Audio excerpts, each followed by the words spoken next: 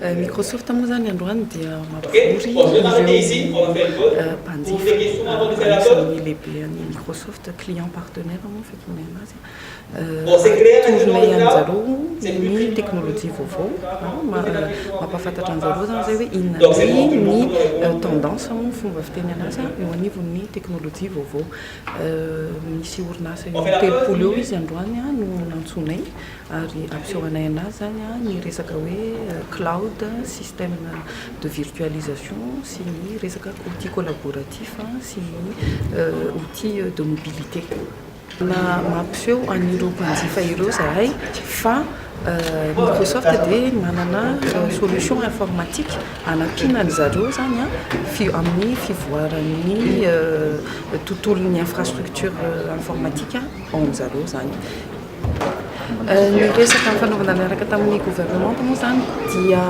mitovy amin'ny fionana tamin'ny secteur privé ihany koa hoe Microsoft dia afaka manampy ny gouvernement mba hanatsara zany ireo solution informatique foana zany ho an'ny sarababelahoaka voalohany indrindra ary eo anivon'ny fampianarana ary eo anivon'ny fahasalamana. Ny tena vokatra iandrasana zany dia ny fanamaivana any fiainan'ny tsirairay eto Madagasikara zany ohatra fotsiny hoe ny fandriana zany mame ohatra hoe fandriana rehefa manao demande acte de naissance ohatra dia tsy mila makany bureau tsony fa eo anivon'ny internet sy ny solosaina zany dia efa mba mahazo izy zay zany manisa ny fandriana koa eo anivon'ny fampianarana dia fahaizan'ny tanoratsika mikirakira ny solosaina ary mba tsy diso anjarany